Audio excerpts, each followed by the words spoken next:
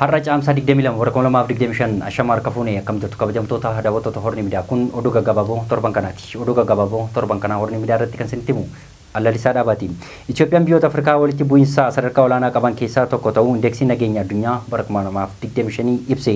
Gabaasa nageenya addunyaa bara 2025 Instituushinii Dinagdee fi Nageenyaatiin maxxanfameen Itoophiyaa, Sudaan Kibbaa fi Riippubilik Dimokiraatawaa Koongoo waliin Afrikaa keessattis biyyoota wal dhabdee keessatti babal'ate jechuun kaa'e.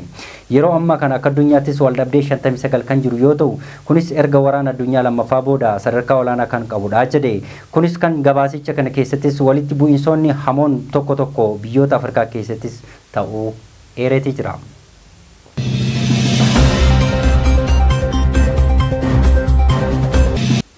Aradaan jiilaa fi wiirtuun gadaa tuulamaa Odaa Nabeetti bana jiila gadaa tuulamaa sadan keessumsiis xiyyeeffannaa dhabuunis yaaddoo mancaatii jala jiraachuu hirmaattonni jiila kanaa himani.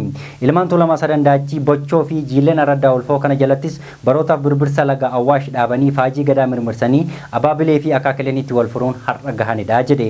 Tuulamaa araddaa kanaanis kan walajjeese gumaa baasee kan wal lole araarsee faloo falatee galata waaqaa galchee godaansa gadaa alangeenis wal dabarsuunis Odaa Nabee jalatti karaa wal qabsiisaa jedhe. Tibbanas shanan gadaa tuulamaa isaa michilleen baalli 40ffaa gadaa isaa fudhachuufis torbee darbee dhumarra dirree ulfoo fi kabajamaa kanattis godaanee jira jedhame.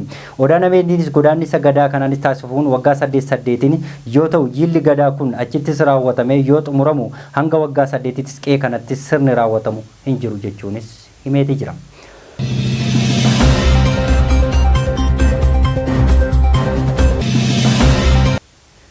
Suuda Arabiyaatti yakka qoricha sammuu nama hadoochuu waliinis wal qabatee yoo xiqqaates lammiileen Itoophiyaa 37 murtiin du'aa isaa irratti raawwatamuuf akka jiru ibsi waloo waldaalee siivilii fi dhaabbilee mirga namummaa 31 baasee mul'ise. Ibsi kunis lammiilee biyyoota garaagaraa dhibbaan lakkaaman Suudii keessatti hidhaa jiran irrattis murtiin du'aa akka raawwatamuu danda'us akeekkachiisee jira. Irra caalaan isaanii himannaan qoricha sammuu nama hadoochus waliis wal qabatee duuti kan itti murtaa'e ta'us himeetii jira.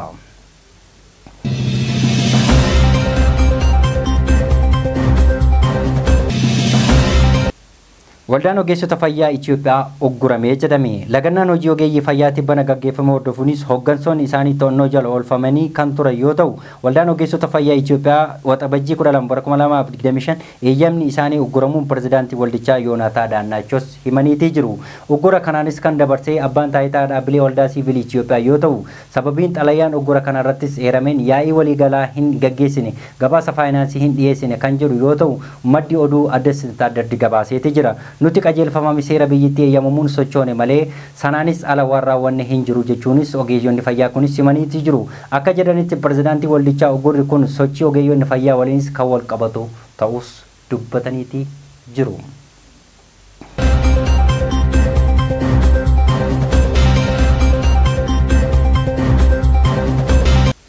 Oduu biyya alaatiin. Walitti bu'iinsa Iraanii fi Israa'eliin furmaanni argamuu ni danda'a jedhe Puutiin. Pirezidaantiin Raashiyaa Vladimir Puutiinis waldhabdee Iraanii fi Israa'elis furmaanni argamuu ni danda'a jedhu. Akkasumas Meksikoon gama lachanuunis waliinis haasaa jiraachuus dubbataniitii jiru Puutiin.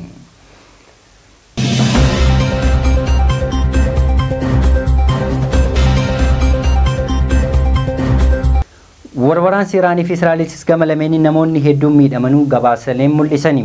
Tajaajila oduu Noorween ministeera fayyaa irraa wabeeffachuun akka gabaasetti wal waraansa kanaanis hanga ammaattis gama Iraaniin namoonni 430 ta'an ajjeefamaniiru jedhame.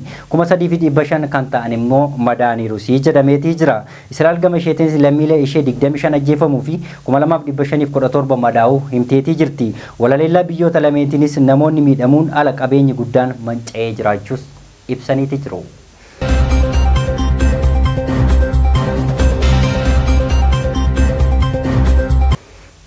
Egaa kabajamtoota daawwattoota horni miidiyaa oduu gaggabaaboo torban kana kan hangamaatti daawwattoota ture. Oduu gaggabaaboo torban kana isinitti makan ture Allalisaa Dhaabaati. Oduu gaggabaaboo torbaniin hanga walitti deemnutti immoo qophiilee horni miidiyaaf ooliin turtii gaarii qabaadhaa.